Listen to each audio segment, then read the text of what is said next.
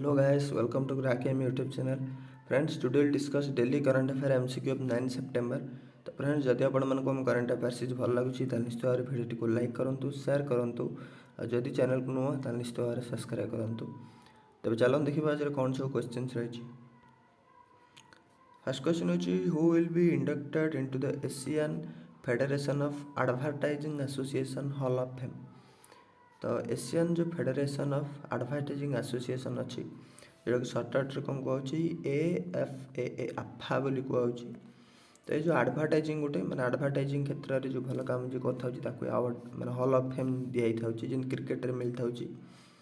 तो ये रिसेंटली क्या मिली रमेश नारायण इंडिया रमेश नारायण को यहाँ मिलती है मिल आड एशिया 2021 जो इवेंट होता से इवेंट को दिहा। तो मन रखिए रमेश नारायण को मिलला। ये जो आफा अच्छे आम कहे यहाँ कौट अच्छी कैलिफोर्निया अच्छी कैलिफोर्निया यूएसए आउ कैलिफोर्निया ये अच्छी जहाँ को एडवर्टाइज को देवे। सेमती साइरस पूनावाला को recently declare कराइला Lokmanya Tilak national award मिले। लोकमान्य तिलक नेशनल अवार्ड जोटा अगस्ट 1 डिक्लेयर कराइला। सेमती यहाँ इंपोर्टाट रहा सैयद ओस्माना अजहर मखसूसी। तो आंकु ये हैदराबाद आंकु मिले कौन Commonwealth points of light award. Commonwealth points of light award यहाँ सैयद ओस्मान अजहरी मखसूसी मिले। ये होती हैदराबाद जे कि गोटे ऑर्गेनाइजेशन अच्छी गोटे एनजीओ भाया जोटा प्रतिदिन मैंने 1500 रु प्राय अधिक लोक मैंने फूड जोगाऊँच। से कौशिक बासु को मिले हम्बोल्ट रिसर्च अवार्ड। ये डॉक्टर जने हम्बोल्ट रिसर्च अवार्ड यहाँ मिले कौशिक बासु को। Who won the Behler total conservation award. तो टोटल कंजर्वेशन माने रिसेंटली 3टा प्रकार जो टोटल स्पेसीज अच्छी जोटा कि माने पूरा एंडेंजर्ड स्पेसीज अच्छी प्राय विलुप्त होगा जाऊँगी। तो से प्रकार से जो पूरा कंजर्व कर देते विलुप्त मुखर तक बंचे देते।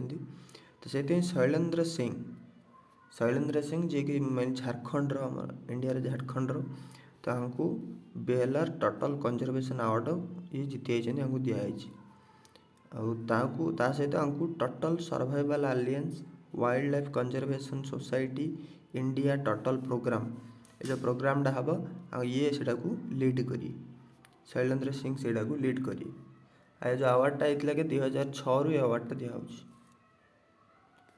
सेमती मन रखिए नुकू फार्म नागालैंड नुकू फार्म बहुत इंपोर्टाट अवार्ड जीति जोटा हूँ व्हाइटले award.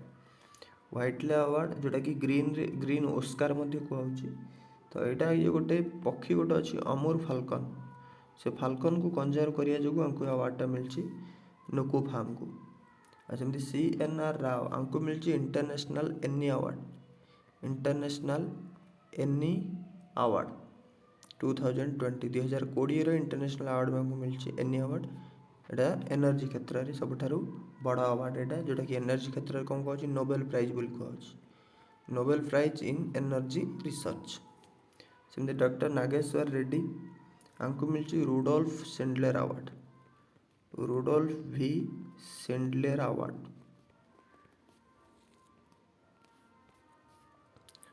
Which bank topped the MeitY digital payment scorecard for 2020-21 जो 2021 भितर digital payment score card top किए जोटा कि recently ministry of information technology जोटा हूँ सर्टकट MeitY। तो ministry of information technology digital जो पेमेंट होता पेमेंट हो तो तार गोटे लिस्ट काढ़ी तो तार टॉप किए होता टॉप होता bank of Baroda. Bank of Baroda top होता। तो बैंक ऑफ बड़ौदा आज कौटे बदोदरा अच्छी चेयरमैन होती हसमुख छाड़ा MD आउ CEO होती संजीव छाड़ा। तो यहाँ टॉप किए बैंक ऑफ बड़ौदा। सेमती आउ गोटे रिसेंटली बाहर गोटे ईज रिफॉर्म इंडेक्स गोटे बाहर किए भल रिफॉर्म करके माने भल सेवा दूची। तो ईज रिफॉर्म्स इंडेक्स जो बाहर 2021 आयर टॉप किए आयर ओवरऑल टॉप होता SBI टॉप होता। आउ तारे best important improvement best improvement जो अवार्ड मिलता से मिलता इंडियन बैंक को। ये जो इज रिफॉर्म इंडेक्स रे सबुठार भल इम्प्रुवमेंट किए कर इंडियन बैंक। आ सेमती गोटे रिसेंट न्यूज गोटे इंपोर्टाट न्यूज था आईसीआईसी बैंक हूँ फास्ट बैंक जे कि तार 1 मिलियन कस्टमर ता आप जरिया जोग हो जाती 1 मिलियन माने अदर बैंक रो 1 मिलियन कस्टमर आप जरिया हेल्प माने यूज करके हेल्प को माने यूज कर ट्रांजैक्शन सब होता है। Recently, Rajni Kaul passed away. He was the first news broadcaster from which news agency? तो रजनी कौल जी रिसेंटली मृत्युवरण होगा ये थे BBC Hindi fast female news broadcaster. तो फीमेल रे फास्ट थे सहित ये थे जन इंडिया फास्ट वुमेन जे कि जाकि न्यूज रे जाकि बुलेटिन पढ़ते हिंदी नेटवर्क रे 1961 मसीह तांका ना कौन रजनी काउल। तो यहाँ मन रखिए ये होते बीबीसी इंडिया जड़े न्यूज थे जर्नालीस्ट कहीपर ये फास्ट वुमेन जे कि न्यूज पढ़ते हिंदी रे। सेमती रिसेंटली आज तक रोहित सरदाना मृत्युवरण होता जानते रोहित सरदाना। तो सहीटा मन रखी थी। आ संसद टीवी कौन ना पूर्व आमर जो राज्यसभा अच्छी लोकसभा अच्छी तो राज्यसभा राज्यसभा टीवी थिला लोकसभा लोकसभा टीवी थिला। तो दुईट जाक मिसेकरी एवं कौन कराला संसद टीवी कराला राज्यसभा लोकसभा टीवी मिसेकरी संसद टीवी कराला जार सीईओ अच्छा कि रवि कपूर।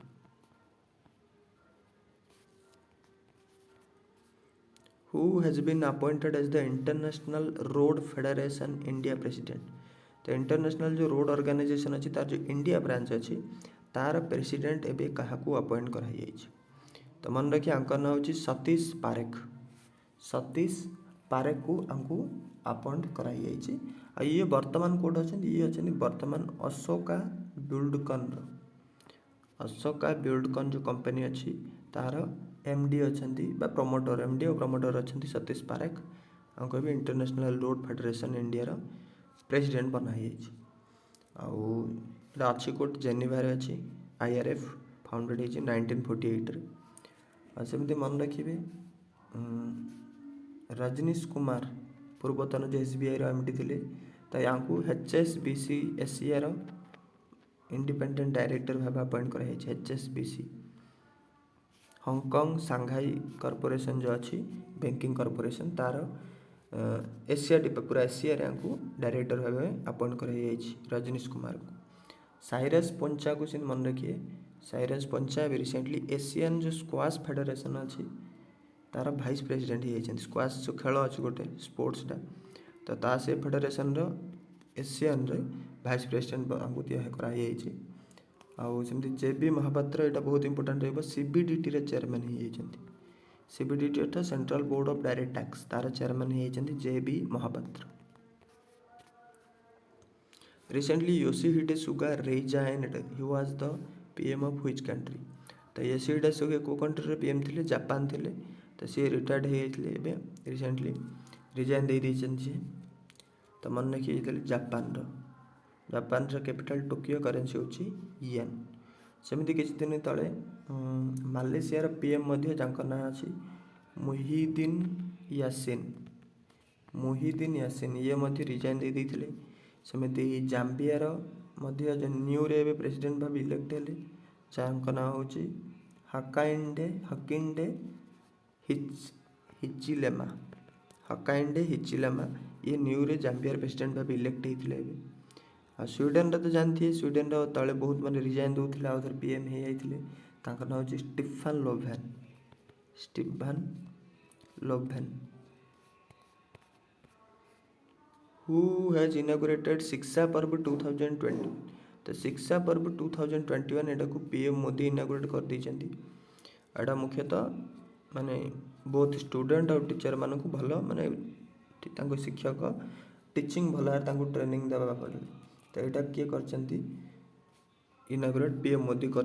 आर थीम गोटे रखाई quality sustainable schools learning from schools in India. तो यहाँ हूँ यार थीम रखाई शिक्षा पर्व 2021 सहित अनेक गुड़िया इनागुरेट करते गोटे पोर्टाल धरी गोटे इनागुरेट करते जार ना हूँ विद्यांजलि 2.0 पोर्टाल। यहाँ माने स्टूडेंट मानी टीचिंग को इनागुरेट करते। ता सहित आउ गोटे इंपोर्टाट मन रखिए E100 प्रोजेक्ट किसी दिन तले पीएम इनागुरेट करते जोटा कि ethanol production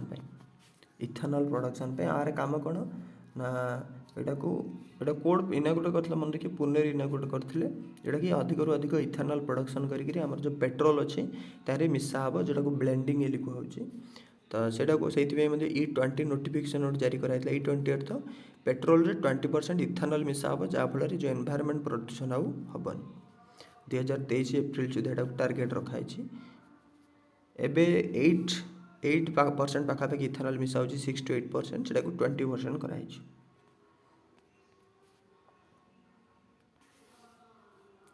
Which organization will set up आत्मनिर्भर भारत कर्नर्स तो आत्मनिर्भर भारत कर्नर्स यहाँ को किए करिए ट्राइफेड आउ MEA ministry of external affairs TRIFED ये दुज मिसिक यहाँ को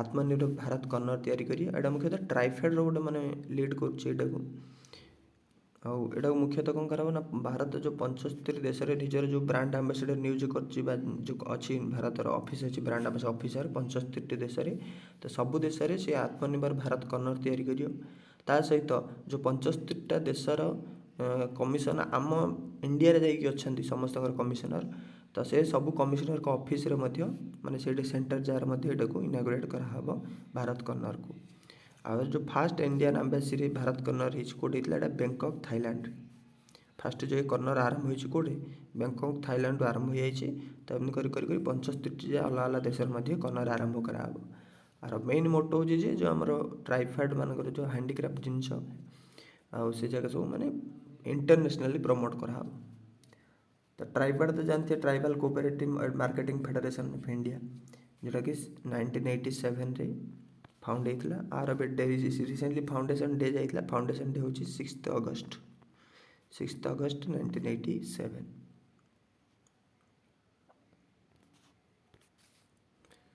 Which day celebrated as international literacy day तो इंटरनेशनल लिटरेसी डे के सेलिब्रेट हो तो यहाँ को मन रखिए सेप्टेम्बर 8 रे सेलिब्रेट हो थीम थिला literacy for human centred recovery narrowing the digital divided तो यहाँ थिला आर थीम लिटरेसी तो जानते साक्षरता हार बढ़ावाई यहाँ हूँ 8th एडिशन डेटा को सेलिब्रेट कराई कि 1967 कराई कि एवं जो यहाँ सेलिब्रेट मैंने आर भल हार कराला यहाँ हूँ यार 8th एडिशन।